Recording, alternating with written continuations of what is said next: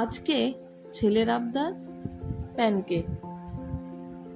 অনেকদিন ধরেই বায়না করছে প্যানকেক বানিয়ে দাও, আমি টিফিনে প্যানকেক নিয়ে যাব।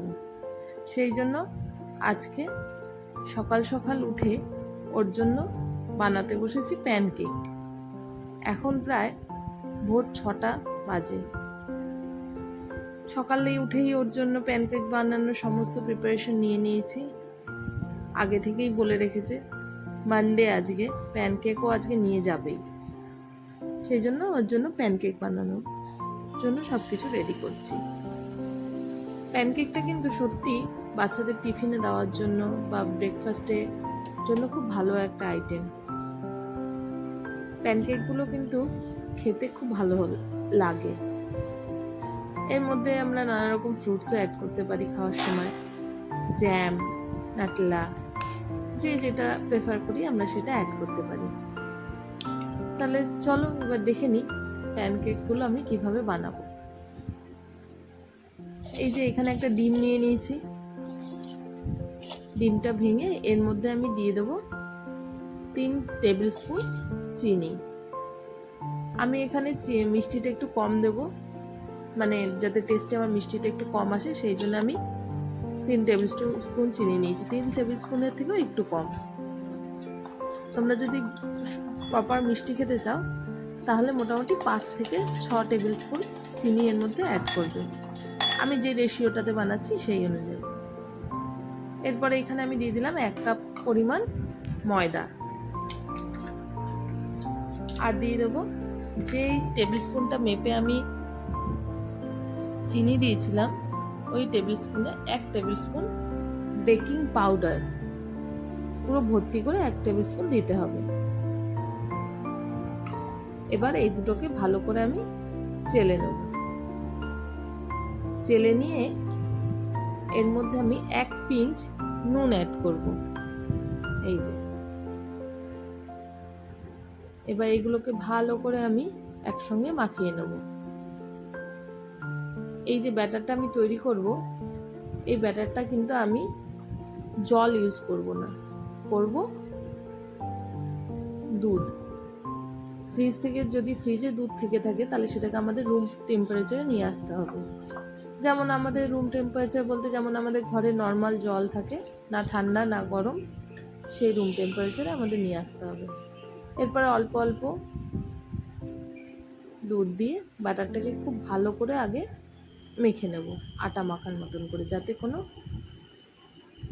মানে দানা দানা না থাকে এর মধ্যে। আস্তে আস্তে দুধ দেবো অল্প অল্প করে, আর এটাকে ভালো করে মেশাবো। এটাকে মাখার হয়ে গেলে তারপরে এটাকে আমি ভালো করে গুলে নেব।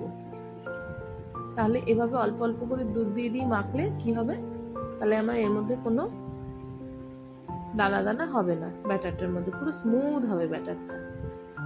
আর এই ব্যাটারটা তৈরি করতে আমার কিন্তু এখানে প্রায় 1 কাপ মতন দুধ লেগে গেছিল।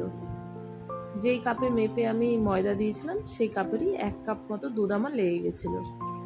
এখানে আমি প্রথমে 1 কাপের একটু কম নিয়েছিলাম, পরে আমি আরও 4 চামচ দুধ এতে অ্যাড করেছি। তাহলে মোটামুটি তোমরা যদি 1 কাপ দুধ দাও তোমাদের কিন্তু হয়ে যাবে। এই যে ব্যাটারটা কিন্তু খুব ভালো করে মেশাতে হবে। আর আমার কাছে এখানে ভ্যানিলা এসেন্স নেই, তাই আমি সেটা ইউজ করিনি। তোমাদের কাছে যদি ভ্যানিলা এসেন্স থাকে তোমরা কিন্তু সেটা অতি অবশ্যই দেবে, তাতে টেস্টটা আরও এনহ্যান্স হবে, আরও ভালো টেস্ট আসবে।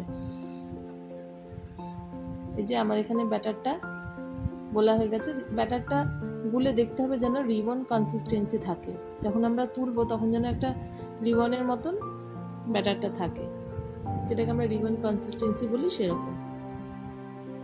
ব্যাটারটা আমার পুরোপুরি খুব ভালো করে গোলা হয়ে গেছে। এবার এটাকে আমি ঢেকে 5 থেকে 10 মিনিটের জন্য রেস্ট করতে দেব। এটাকে রেস্ট করতে দিই, ওদিকে আমি প্যানটাকে বসিয়ে দিয়ে ওটাকে গরম করে নেব। এই যে এখানে একটু সাদা তেল দিয়ে দিলাম, তেলটা একটু বেশি হয়ে গেছে, তোমরা আর একটু কম তেল দেবে। দিয়ে এটাকে একটা টিস্যু দিয়ে খুব ভালো করে মুছে নিতে হবে। আমি খুব ভালো করে টিস্যু দিয়ে প্যানটাকে মুছে নিলাম। এই যে দেখো আমার ব্যাটারটা এই যে রিবন কনসিস্টেন্সি থাকবে, এরকম ঠিক থাকবে ব্যাটারটা। এরপরে আমি এখানে 1 হাতা ভর্তি করে ব্যাটার দিয়ে দিলাম, দিয়ে আমি এটাকে চাপা দিয়ে দেবো।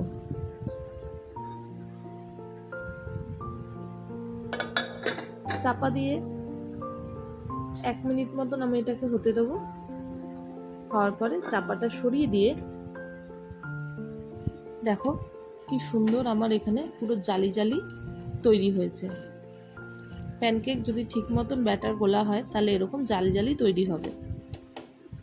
এবার পাল্টে দিয়ে আমি ওটাকে খুব ভালো করে দুপিঠে সেঁকে নেব। এভাবে আমি সব প্যানকেকগুলো তৈরি করে নিয়েছি। তোমরাও এভাবে বাড়িতে প্যানকেক বানিয়ে বাচ্চাদেরকে টিফিনে দিতে পারো, ব্রেকফাস্টে দিতে পারো। তোমরাও বাড়িতে বানিয়ে অবশ্যই দেখবে কেমন হয়। আর এত পর্যন্ত যদি আমার ভিডিওটা দেখে থাকো তাহলে আমার পেজটাকে একটু ফলো করে দেবে, আর ইউটিউবে দেখলে চ্যানেলটাকে সাবস্ক্রাইব করে দেবে, আর একটা কমেন্ট অতি অবশ্যই করবে যে তোমাদের প্যানকেকটা কেমন লাগলো। আর যদি বাড়িতে বাচ্চা থাকে এর মধ্যে একটু মধু বা ম্যাপেল সিরাপ দিয়ে তোমরা দিতে পারো। আমি শুধুই দিয়েছি যেহেতু ছেলেকে স্কুলে দেবো, ওগুলো দিয়ে দিলে অসুবিধা। আর বা বাড়িতে যদি জ্যাম থাকে জ্যাম দিয়েও লাগিয়ে দিতে পারো। পাউরুটিতে যেমন আমরা জ্যাম লাগিয়ে একটার সঙ্গে একটা চাপা দিয়ে খাই সেরকমভাবে, নাহলে নাটেলা বাটার স্প্রেড থাকে সেগুলোও দিতে পারো। ঠিক আছে, তাহলে ভিডিওটা ভালো লাগলে অবশ্যই একটা